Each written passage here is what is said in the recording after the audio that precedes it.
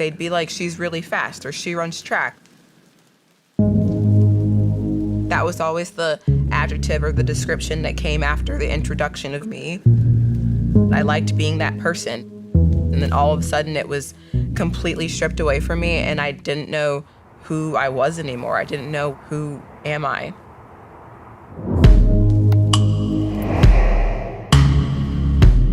Every training cycle is about figuring out, how can I break my body? Texas sun, 100 degrees. If you put your hands or knees on the track, you'll probably get burned. You're crossing the finish line and your teammates are pulling you off the ground, and then the next rep, you're pulling them off the ground. And then we strength train. A whole bunch of Olympic lifts, power cleans, box jumps, front squats, back squats, sled pulls. We push ourselves to the limit, breaking your body apart and coming back the next day and doing it over and over again.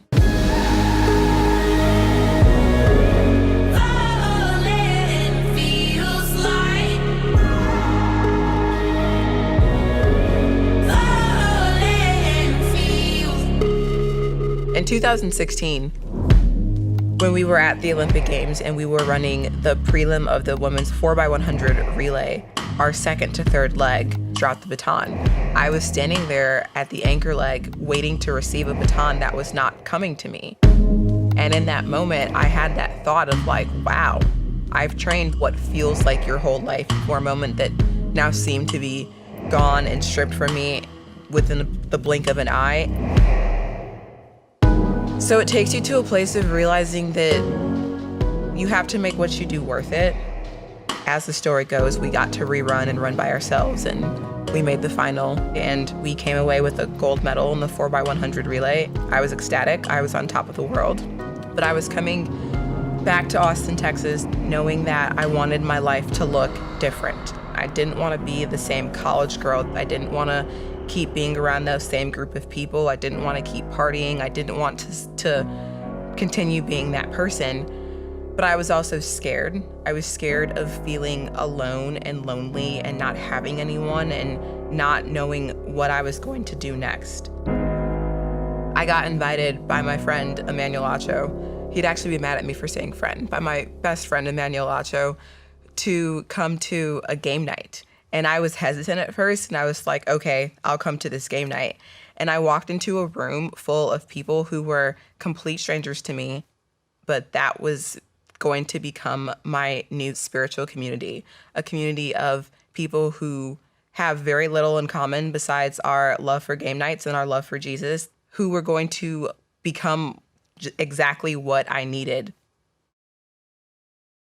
On January 27th, 2018, at the end of a race, I ran into a wall, stopping, and completely ruptured my Achilles tendon.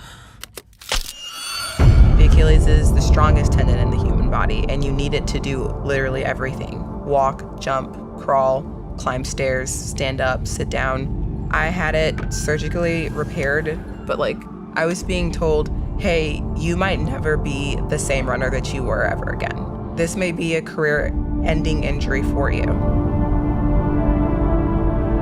I was angry at God, at the sense of, I thought this is what I was supposed to be doing, and if this is what I'm supposed to be doing, then why did you take it away from me? My identity was built in track and field. All of a sudden it was completely stripped away from me, and I didn't know, who am I?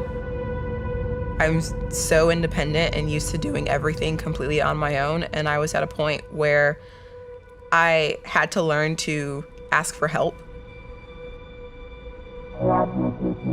And it was tough, but I was right where I needed to be. For the first time, I realized that I was surrounded by people who believed in me. And not only did they believe in me, they believed that God had a plan for my life and that he was still going to be faithful through it all. I'd never been in a place where every single one of my people that I hung out with and talked to were someone that I could also be like, hey, I need you to pray for this, and they actually would, not just say that they would. And it also made me realize that this is why we're supposed to live our lives together like this, so that when one person in your community is hurting or is fallen or can't fight their battle on their own, that you have 10 or 15 or 5 or 3 or 25 people there who will step up and fight the battle for them that they can't fight for themselves. And that was the beginning of me really picking myself up and putting myself back together. Just because something happened that steered me away from what I thought was the path of least resistance doesn't mean that God changed, doesn't mean His plans for my life had changed. It just means that I had to go through a little bit of something first. I've realized that I've been in a tough situation that I didn't think that I could make it out of, or I was so unsure about how I was going to make it out of, and I look back at it and I was like, wow, that was really easy, and it was God's hand in all of it.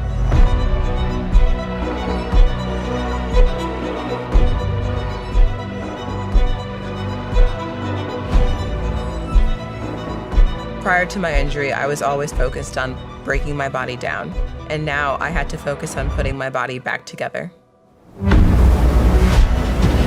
When I get on the track, it's like, you did not wake up today to be mediocre. That's the talk that I'm giving to myself.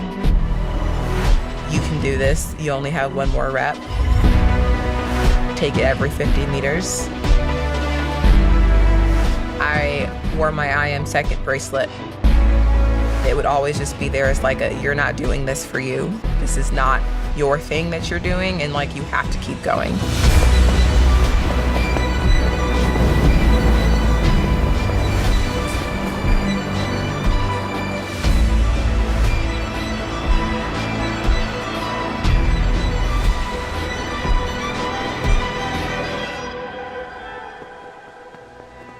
I think the sweetest part of community is the ability to be vulnerable with people and let them see your true self and who you really are.